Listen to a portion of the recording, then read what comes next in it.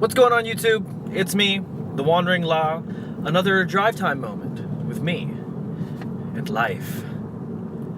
I am currently on my way to pick up my son. He is at his mom's house, and it's gonna be a good time. I'm very excited. Haven't seen him for a few days. Oh, fire truck drama.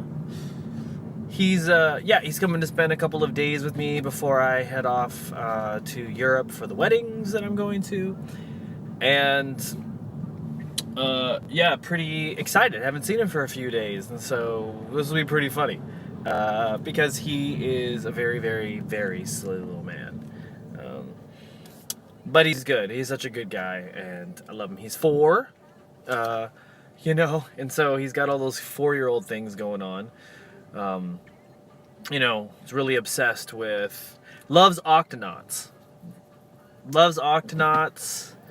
loves space. I don't know if he's transitioning, though, from space to sea, because he really likes the Octonauts right now. It's like his favorite thing to watch. Not sure what we're going to do today, though. It's a little bit late. It's 3. Because there's a lot of stuff going on up here where I live. It is graduation time in Seattle at most of the universities, and so there's just a lot of stuff going on with that. And usually I would pick them up in the morning, but they had something to do today, and so I'm picking them up in the afternoon. It's like about 3 in the afternoon today, and so going to check this out. It'll be pretty funny to see what he has to say, and always trying to figure out what he wants to eat is always an issue, because he is a very, very picky eater. I was always afraid that this is what would happen with him, and when he was really little, I was like, man, I hope he doesn't have that really picky food thing. Where, they're really interested in very specific foods. And, turns out he is. He does not like sauce. This is something that is fantastic. When I was a kid, I loved sauce, right? I mean, I think everybody I knew loved ketchup, and especially ketchup and barbecue sauce, all that kind of stuff. He does not like that. Not his thing, funny enough. And so I'm definitely kind of liking the fact, I like the fact he's not in sauce, mostly because, have you ever read the shit that's inside of sauce? It's pretty cray, what is in sauce. Who would have thought that, that much stuff was in sauce, man? But I have been educated, mostly because I actually read the back of the effing package and was like, holy shit, this is what we're putting in our body? Oh well. What are you doing out there, YouTube? What are you people up to? What's going on? Is doing anything interesting for this weekend? Or this week? I mean, people getting off school. I am very excited. The last vlog I made, I was on my way to my PhD committee meeting to kind of talk to them a little bit about moving forward towards my general exams, and it was a pretty good meeting.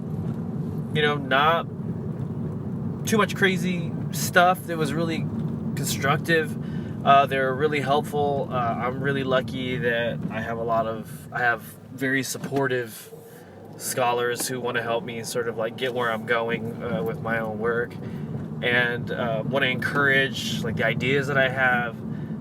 So I think I'm really, really lucky.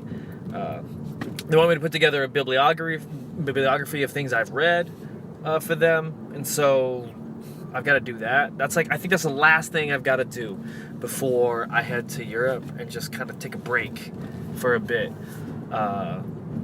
Because I don't know how many of you out there who are going to watch this at some point are PhD students, right? Or grad students, or just students thinking about going to grad school. Well, let me tell you, PhD work is a whole different beast. Like, doing a master's, haven't done a master's, right? Like, it's alright. Like, it's cool. Like, you know, you get a lot of work. It's deep, you know, a lot of stuff happening, a lot to know. But the PhD level is just a different kind of beast. It's just the expectations of what you've got to do. You're always busy. There's never a break. Like, I mean, if you're not doing something, there's always something else to be done. Like, that's what I think is really crazy about the PhD. If you're not working right now, you probably could be working. You can't work all the time. That's actually one of the big mistakes that most PhD students make, which is they work all the time and they don't take a break. That work-life balance thing is for real in a PhD program. It's real in everything.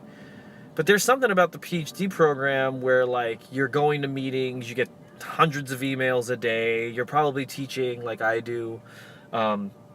You know, you're teaching to make your bones, and then, you know, you're like, maybe you're on a research project, which I'm also doing. So let's say your TA-ship and your RA-ship, they're full-time. So the two of them together, it's a full-time job. Plus, you go to your own classes, you're writing your own papers, you know, you're doing all that stuff. You know, and so it's for real. And, you know, I need a break. It's break time. It's definitely time to kind of sit back, relax a little bit, and all I know is that relaxation period is just a few days away. Just a few sweet and wonderful days away. And so I cannot wait until it is time. Hear that bouncing in the back? I think that's like a soccer ball.